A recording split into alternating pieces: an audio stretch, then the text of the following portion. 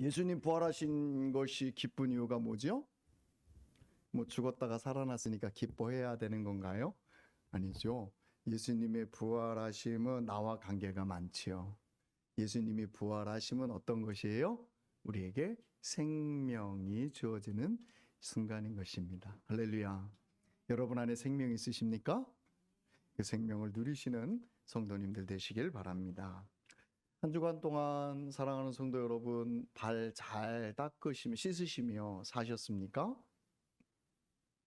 이렇게 질문드리면 목사님 뭔 소리래, 내가 발 닦는 건 뭔 일이라고 물어보신대. 이러면 지난주에 설교를 하나도 기억하지 않는 것입니다. 지난주에 뭐라 그랬죠?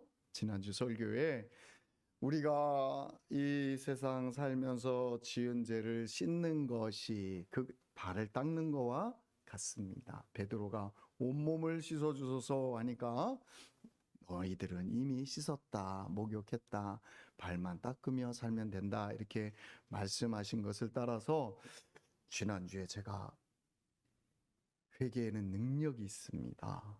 발을 잘 닦고 사시는 여러분 되시길 바랍니다.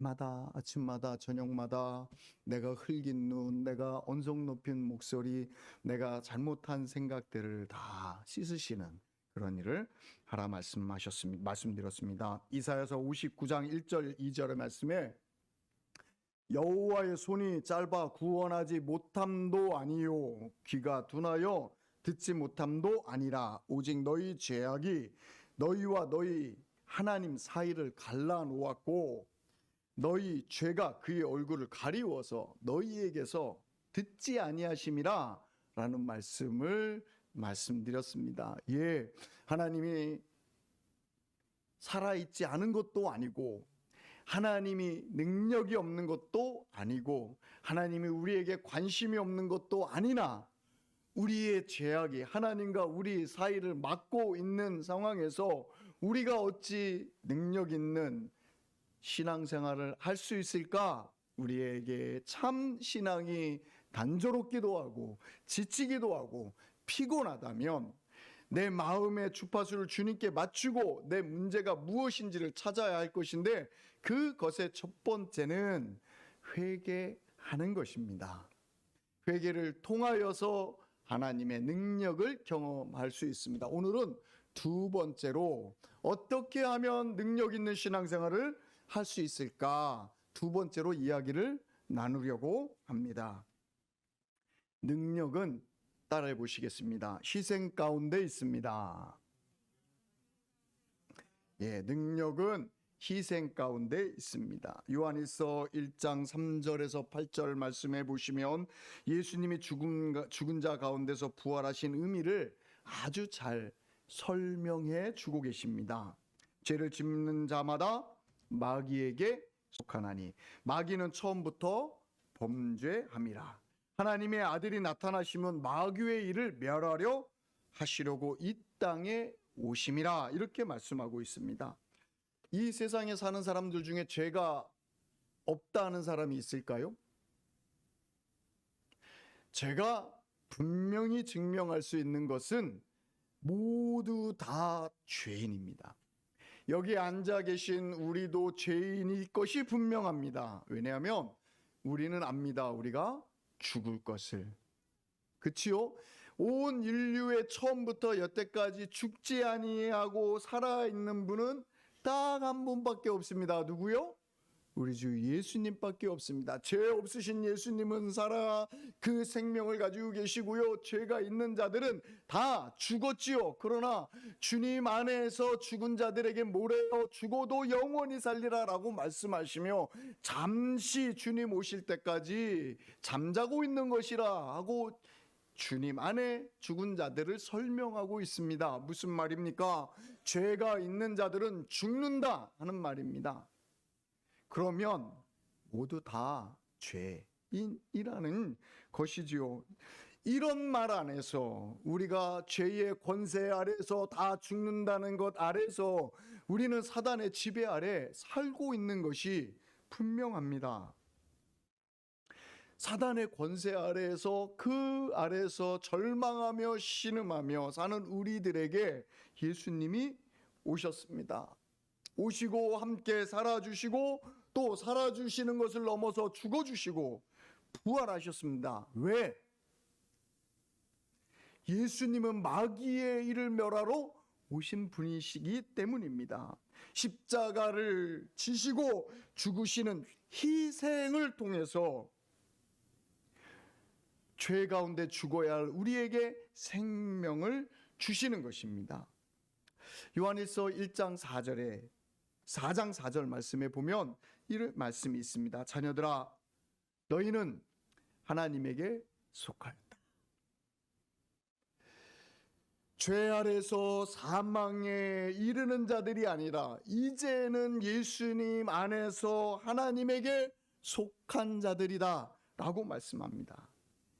사단의 권세를 이기었으니 이는 너희 안에 계시니가 세상에 있는 자 누구예요? 사단보다 큼이라 라고 말씀하십니다. 하나님은 세상을 만드신 분입니다. 온 인류를 만드셨을 뿐만 아니라 눈에 보이는 세계와 눈에 보이지 않는 세계도 만드신 하나님이십니다. 사단과 마귀가 상대를 한다면, 사단과 마귀가 예수님하고 상대하겠다면 게임이 안 되죠. 왜 게임이 안 돼요?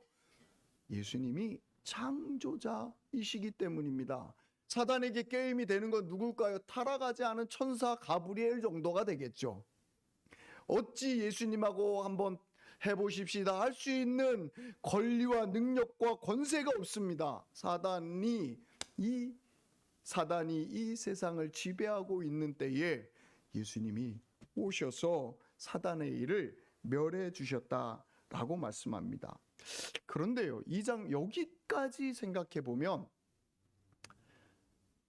한 가지 생각해 보고 싶은 게 있어요. 왜 꼭 그런 수치스러운 죽으심을 죽으셔야만 했을까? 하나님이시고 사단은 게임이 안 되게 싸우신다면 말도 안 되게 이길 수 있는 권세와 능력이 있으신데 예수님이 그렇게 하시면 되잖아요. 이놈 이리 오너라 하시든지, 에이 듣기 몽둥이를 좀 찜질 좀 하자 하시든지 하셔도 되는데 왜 당신이 죽으셔야만 했을까? 생각해 볼까요? 방법이 없었기 때문입니다.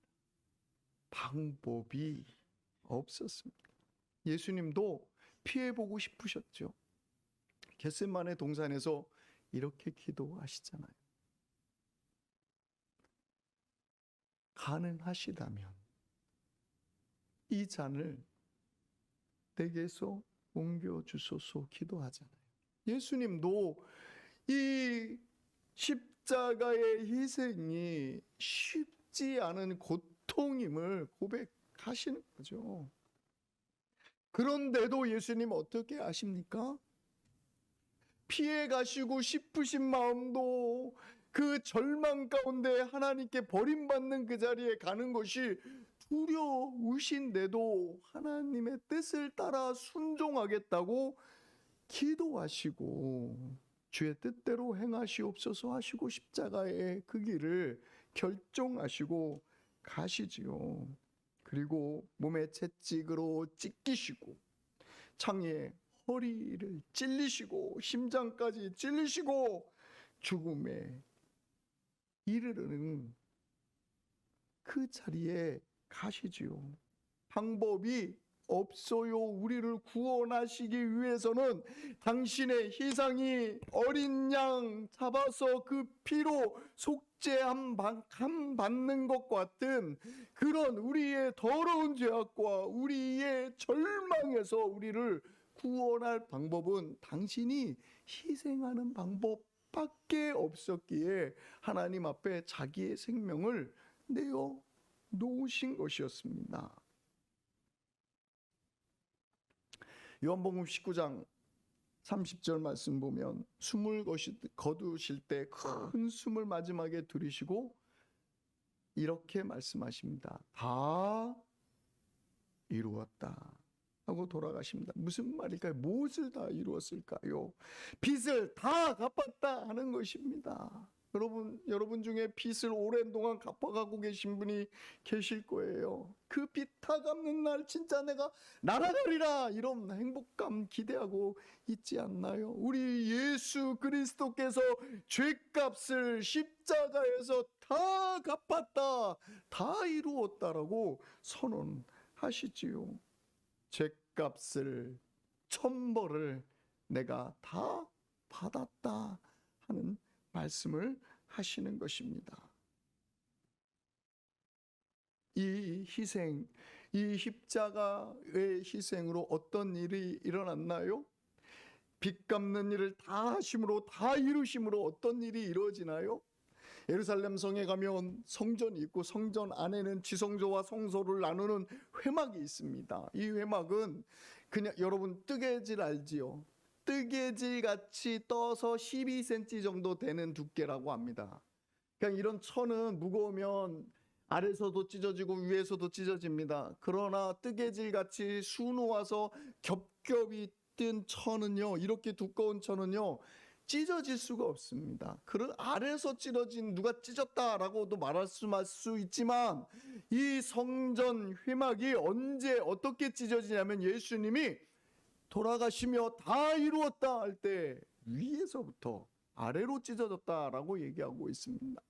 사람의 힘이 아닌 하나님으로부터 찢어졌다라고 표현되는 것이지요. 이 회막이 찢어진 의미는 구체적으로 무엇인가요? 하나님과 우리의 사이에 막힌 담이 어무러졌다. 이전에는 하나님을 뵐 수 없었습니다. 왜요? 죄 많은 인생이 하나님께 갈 수 없는 것이었던 것입니다. 하나님도 우리 인간에게 다가오지 못하셨습니다. 이유는요, 하나님의 거룩함으로 죄 많은 우리가 하나님을 뱀과 함께 사망할까봐 하나님께서 당신의 모습을 인간에게 보이지 않으셨죠. 모세도 하나님이 뵙고 싶어 하는 그 마음을 보시고 보여주시는데 정면에서 못 보죠. 하나님이 지나가시는 것을 바위 틈에서 지나가신 다음에의 형상을 보지요. 사랑하는 성도 여러분, 왜 그런 상태가 되었을까요? 그것은요, 인간이 죽어 마땅한 죄를 가지고 살기 때문에 거룩하신 하나님을 감당하지 못한다라는 것을 설명하고 있는 것입니다. 예수님의 희생으로 무슨 일이 일어났어요? 예수님 안에서 우리가 하나님께 담대히 나아갈 수 있는 사람으로 하나님이 우리를 만들어 주셨다 하는 것입니다. 눈은 동글동글하신데, 잘 쳐다봐 주시는데 대답이 없으세요. 오늘 예배 다 끝나시고 오늘 칼럼을 2번, 3번 읽어주셔요. 네. 사랑하는 성도 여러분, 희생에는 능력이 있습니다. 희생에는 능력이 있습니다. 희생에는 큰 폭발력이 있습니다. 세계 선교가 어떻게 시작됐는 줄 아십니까? 스데반 집사가요, 교회의 집사로 임명받았을 때 이 교회가 하던 일은요, 예루살렘 모여서 우리끼리 재밌게 하는 모습이었던 것 같습니다. 그런데 스데반 집사님이 돌에 맞아 죽은 그 희생으로 말미암아 그 지점으로부터 세계 선교가 시작되었습니다. 교회가 흩어지는 일이 있기도 하였지만요, 그 시점서부터 하나의 교회가 여러 개의 교회, 세계를 품는 교회가 되었습니다. 희생을 출발로 해서 하나님께서 기독교를 세상으로 흩으시는 일을 하셨죠. 이게 그 유대에만 적용되는 것이 아닙니다. 여러분, 그 길선주 목사님에 대해서 들어보셨습니까? 길선주 목사님은요, 독립운동가 중에 33명 중에 이름을 올리신 분입니다. 성은아, 길선주 목사님은 독립운동가 33명 중에 한 분이다. 여러분 기억하셔요. 이 길선주 목사님이 기독교 박해를 받으며 감옥에 갇혀 있었습니다. 일제 순사가 경찰이죠. 경찰이 예수님만 부인하면 너 풀어주겠다. 그런데 길손주 목사님이 예수님을 부인하지 않습니다. 그래서 끌고 나옵니다. 마당에다가 대나무를 뾰족하게 이렇게 앞을 뾰족하게 가른 걸 바닥에 세워놓고 길손주 목사님께 네가 예수님을 부인하지 않으려면 이 길을 걸어가라. 네가 예수님을 부인하면 이 길도 안 걸을 뿐만 아니라 집에 보내줄게. 그러는데 길손주 목사님이 어떤 선택을 했습니까? 이거는 제가 뭐 이솝 이야기를 이야기하는 것이 아니라 우리 기독교 역사의 현장을 얘기하는 것입니다. 길손주 목사님이 그 대나무 착하게 깎아놓은 그 위를 걷습니다. 여러분 어떨까요? 한 번 걸을 때마다 대나무가 발등을 뚫고 나옵니다. 다음 발을 내디디려면 어떻게 합니까? 또 다른 발을 빼야 하죠.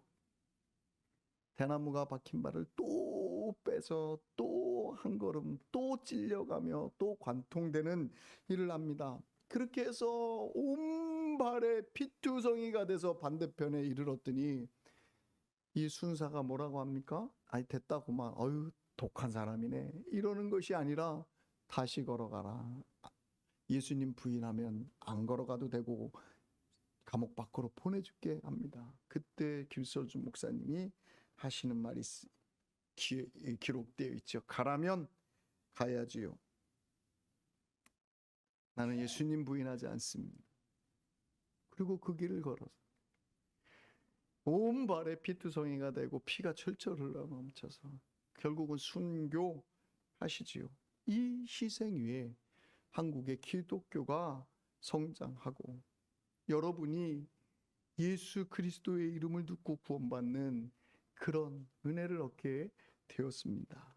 사랑하는 성도 여러분, 이런 희생이 우리에게 은혜로 남아서 전수되는 것입니다. 신앙에는요, 신앙의 능력은요, 어디에서 오는 것이냐면 희생에서 나옵니다. 여러분 구약 성경에 보면 여호사밧이라는 왕이 있습니다. 이 여호사밧 왕은 남유다, 북이스라엘이 아닌 남유다 왕입니다. 이 남유다 왕에게 암몬과 모압과 세일 자손 세 민족이 연합해서 공격합니다. 이 남유다는 사실 두 개의 지파로 형성된 작은 나라입니다. 이 작은 나라를 강한 세 나라가 모여서 우리 같이 저 나라 멸망시키자고 덤벼옵니다. 그때 여호사밧이 무엇합니까? 아버지 하나님, 우리가 아무리 싸워서 계략이 뛰어나고 우리 군사력으로는 뭐 어떻게 하든지 이길 방법이 없습니다 하고 여호사밧이 선택한 게 있습니다. 온 백성에게 이렇게 말합니다. 금식하자. 온 나라의 국민들에게 금식을 선포하고 하나님 앞에 있습니다. 이것처럼 미련한 방법이 없지요. 전쟁하러 오고 칼 들고 오고 죽이겠다고 달려드는데 뭐하고 있어요? 금식하면 힘이 납니까? 그런데요, 힘나 밥 더 많이 먹고 칼이 알아서 싸워보자 하는 선택을 하는 것이 아니라 어떤 선택을 해요? 금식을 해요. 금식이 의미가 무엇입니까? 금식이라는 것은 내 자신을 끊어서 하나님 앞에 나를 의지 아니하고 하나님을 의지하겠습니다 하고 고백하는 것이지요. 그 고백을 해요. 금식하며 자신들의 자긍심을 만드는 것이 아닌 그것을 희생하고 포기함으로 하나님 앞에 나옵니다. 어떤 결과를 만들었죠? 세 나라가 연합해서 싸우겠다고, 연합해서 남유다를 물리치겠다고 왔는데 이 세 나라가 같이 싸워서 다 망해버립니다. 자기들끼리 싸워서 다 망해버립니다. 죄송합니다. 이런 일이 다 있네.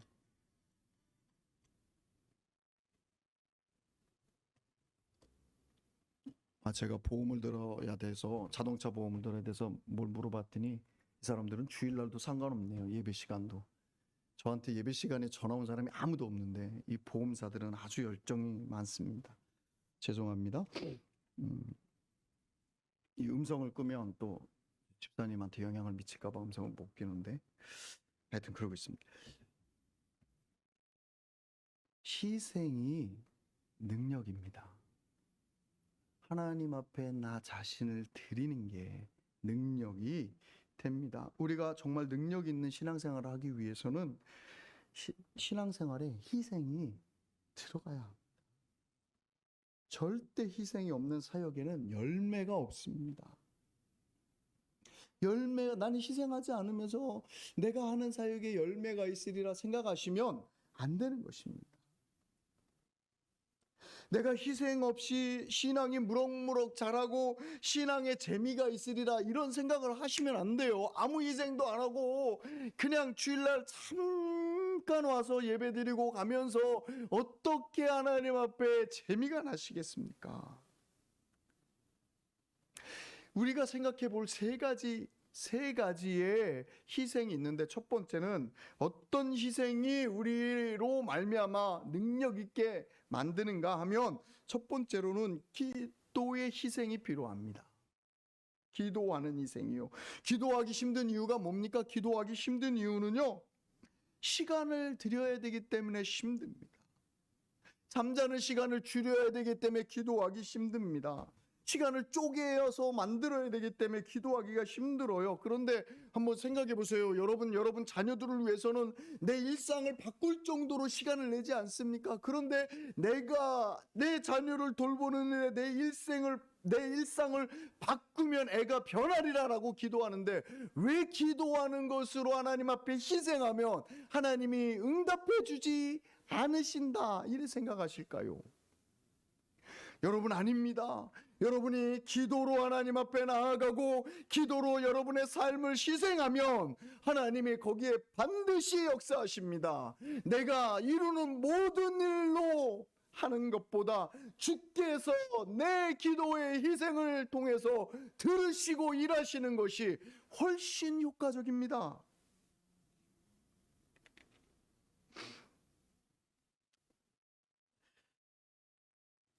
두 번째는 금식의 희생이 있습니다. 좀 전에 여호사밧도 금식을 했지요. 또 한 예가 있습니다. 에스더라는 여인이 있었습니다. 여러분 성경에 보면 에스더서가 있지요. 그 에스더란 여인이 페르시아 왕의 왕비가 되었습니다. 그런데 이 유대인을 그 나라의 총리가 페르시아 왕 몰래 유대인들을 멸절하고자 하는 계획을 짭니다. 그 계획을 짜는 것을 알고 이 에스더의 삼촌이 와서 부탁을 합니다. 왕에게 가서 이 상황을 좀 알려드려라. 그러면 우리 민족이 살 소망이 있지 않냐? 그랬더니 에스더가 망설입니다. 왜 망설여요? 이유가 있습니다. 이 페르시아 왕 나라에는 한 가지 규칙이 있습니다. 왕이 왕비를 찾지 않는데 왕비가 자기의 얼굴, 자기의 모습을 왕 앞에 일부러 보여주고 왕을 만나려 하면 즉시 사형에 처하는 형벌이 있습니다. 왕이 오늘은 왕비를 만나야 되겠다. 그래야 만나지는 것입니다. 그런데 지금 무엇을 부탁하고 있어요? 우리가 죽게 되었으니 에스더야, 네가 왕에게 찾아가서 살려달라는 말을 좀 해라. 이 사실을 설명해라라고 합니다. 이건 뭐란 얘기예요?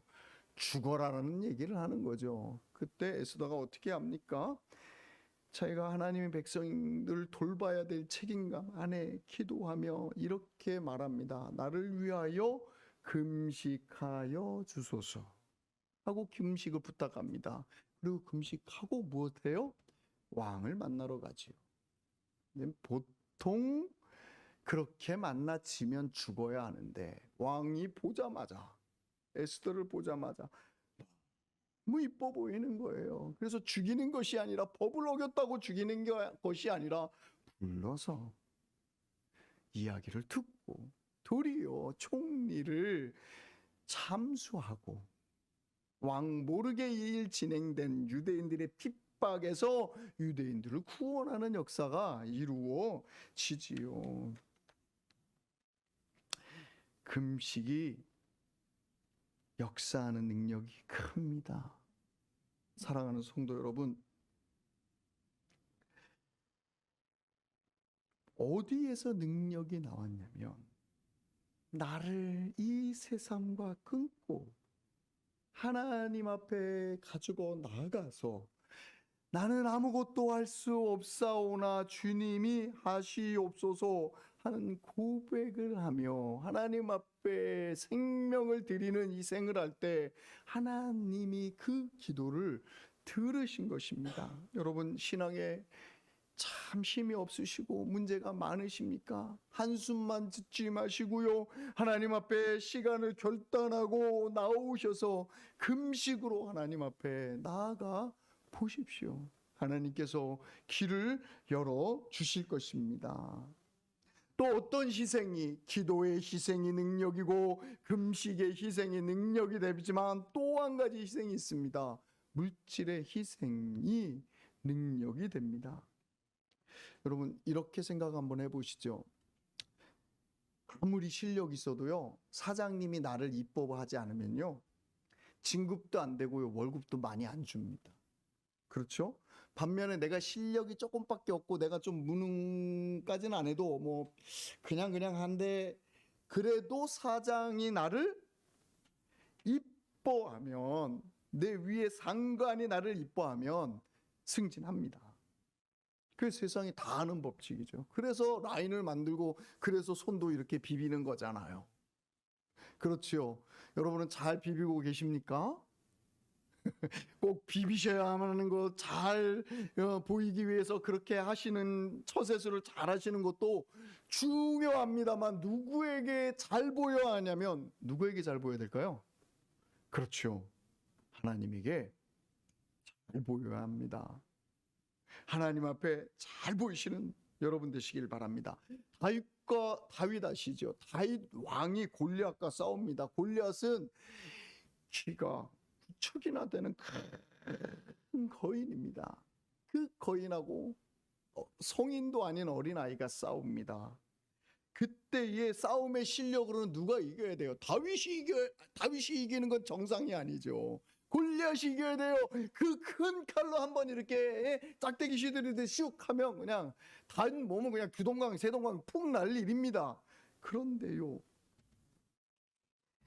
하나님 마음에 들은 다윗이 싸움에서 이기지요. 성령 충만한 사람이라고 성경은 다윗을 표현하고 있습니다. 성령 충만한 사람은 어떤 사람일까요? 기분이 막 오늘 흥분되네, 막 주님이 내 안에 계신 것 같으네, 막 이런 감정의 문제가 아니라 성령 충만한 사람은 이런 사람입니다. 따라해 보시겠습니다. 항상 하나님께 아뢰고 하나님의 지시와 뜻을 따라 사는 사람입니다. 성령 충만한 사람은 하나님에게 항상 내 일을 아뢰고 하나님의 지시와 하나님의 뜻이 무엇인지를 분별해서 그 뜻을 따라 살아가는 사람이 성령 충만한 사람입니다. 하나님께서 다윗을 이래서 사랑하신 거죠. 하나님의 성전을 사랑한 사람이라고 그랬습니다. 다윗은 성령 충만할 뿐만 아니라 하나님의 성전, 하나님의 나라를, 하나님의 백성들을 사랑한 사람이라고 말합니다. 그래서 이 다윗이 일생에 거쳐서 소원을 가지고 한 일이 무엇이에요? 성전 짓지는 못하지만 성전 다 지을 동안 내가 돈 다 마련해놔. 하나님 앞에 물질을 준비하지요. 근데요, 여러분 한번 생각해 보세요. 하나님 앞에 물질을 희생하는 이 다윗을 통해서요, 그 자손이 어떤 복을 받았는가 우리 한번 생각해 봐요. 솔로몬이 복을 많이 받았죠. 근데 솔로몬이요, 천국에 갔을까 말았을까, 뭐 신학자들 간에도 의견이 분분합니다. 저는 전도서를 보면 이분이 구원받았을 것이다 라고 확신하는 사람이지만 어떤 종류의 신학자들은 아니다, 아닌 거야, 분명해, 이렇게 얘기하시는 분도 있습니다. 이유가 뭐예요? 이 솔로몬이요, 다윗이 아버지인데도 불구하고 어떻게 합니까? 정말 나쁜 짓을 해요. 하나님이 제일 싫어하는 짓을 해요. 무슨 짓을 해요? 이방 신상들을 가지고 들어와서 성전에다가 모셔놓는 일까지 허용해요. 왜요?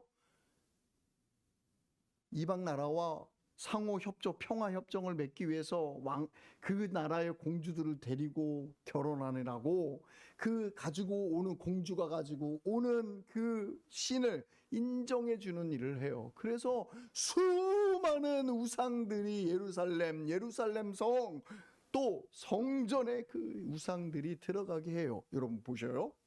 사울 왕이요, 하나님 앞에 세움을 받았다가 버림받죠. 사울이요, 다윗 앞에 있는 사울 왕이 버림받은데 그 사울 왕의 실수와 잘못에 비하면 다윗의 잘못은 솔로몬의 잘못은 비교가 됩니까? 안 됩니까? 비교가 안 돼요. 그러면 왜 하나님은 사울을 다시는 네 다음으로 왕들이 태어나지 않게 하리라라고 하고 왕위를 끊어버리셨을까요? 왜 하나님은 사울을 전쟁터에 나가서 죽게 만드시는 일을 하실까요?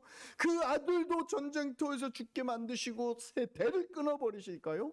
그런데 솔로몬은 비록 나라가 쪼개져서 둘로 나뉘지만 한 나라를 통해서 끝없이 그 왕위를 이어가도록 돌보시잖아요. 이유가 뭘까요? 성경이 이유를 설명하고 있습니다. 내가 너희 아버지 다윗을 봐서 너의 왕위를, 너의 후손의 왕위를 끊지 않는다라고 말씀합니다.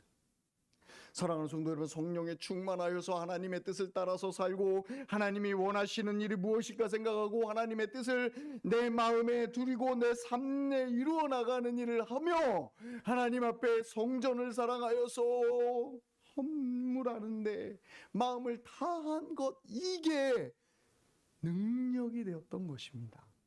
아멘. 사랑하는 성도 여러분, 저는 여러분에게 헌금을 많이 하시라라는 말씀을 하려고 하는 말이 아닙니다. 여러분이 신앙생활의 능력이 어디에서 나오는가를 설명하고 있습니다. 신앙의 능력은 어디서부터 나오냐면 하나님께 드리는 여러분의 헌신에서 나옵니다.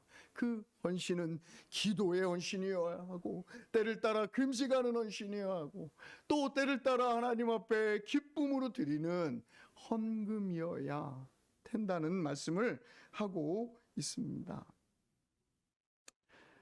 주일날 한번 교회 나오고 시간 남으면 봉사하고 돈 쓰고 남으면 헌금하고 이래가지고 신앙에 무슨 재미가 납니까? 기대하지 마십시오. 이래 갖고는 기도 응답을 받을 수 있는 사람 될 수가 없습니다. 하나님의 은혜를 경험하고 기적을 체험할 수 있는 사람이 안 되는 것입니다. 이렇게 신앙하며 무슨 사역의 열매가 있으리라고 생각하십니까? 하나님 앞에 드리는 헌신 없이 무슨 신앙을 한다고 생각하십니까? 저는 솔직히 이런 희생이 없는 신앙하시는 분들을 보면 성도인가 걱정합니다. 성도가 되려고 노력하는 분인 것까지는 인정해 줄 수 있습니다만 제가 자신이 없습니다.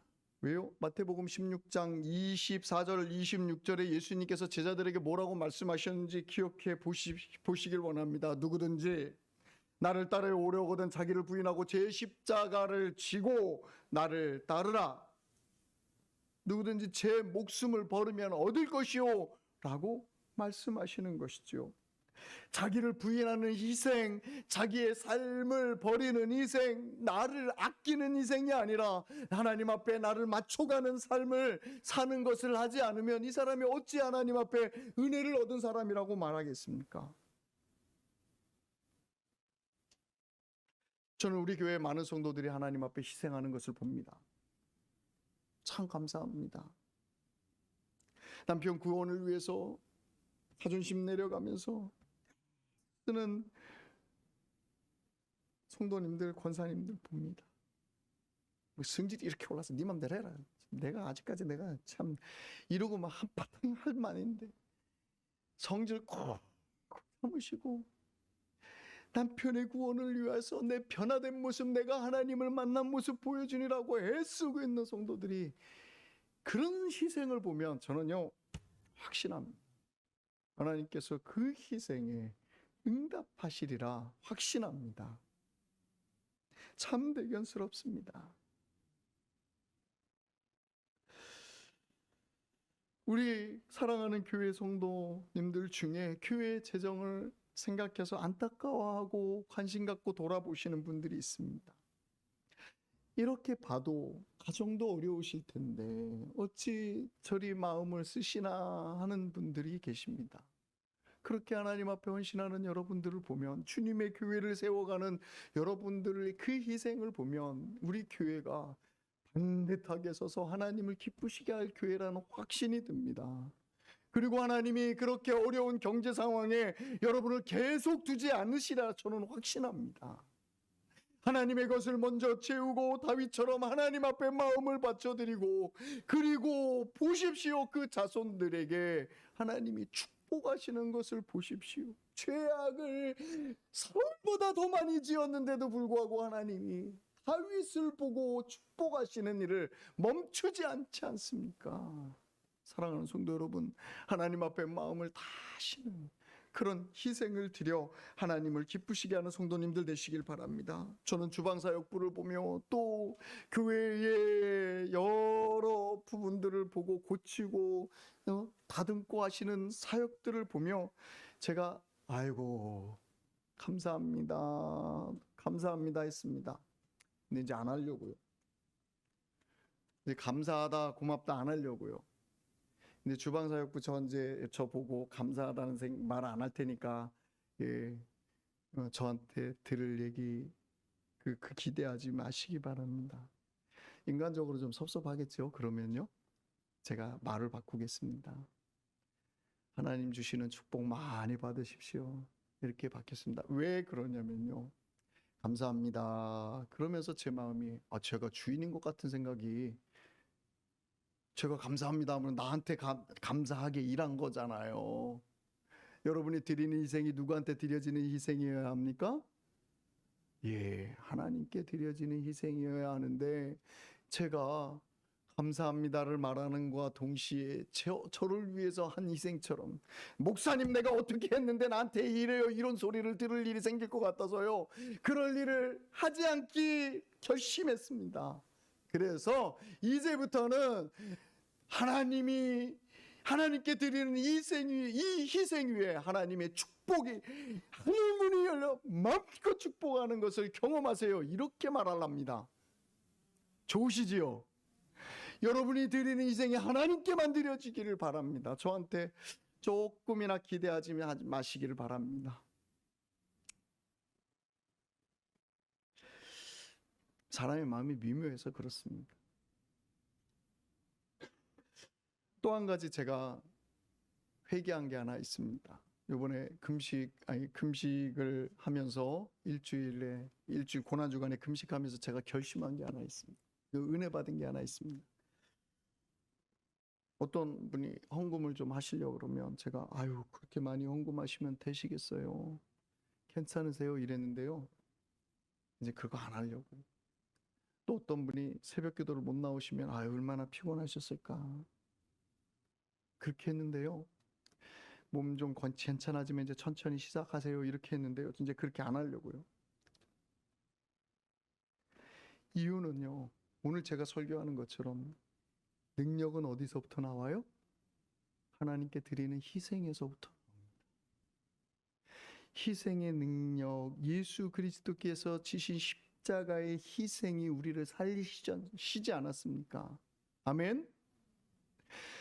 여호사밧이 하나님 앞에 드린 희생, 에스더가 드린 희생, 목숨을 건 희생이 민족을 살리는 역사를 이루어냈습니다.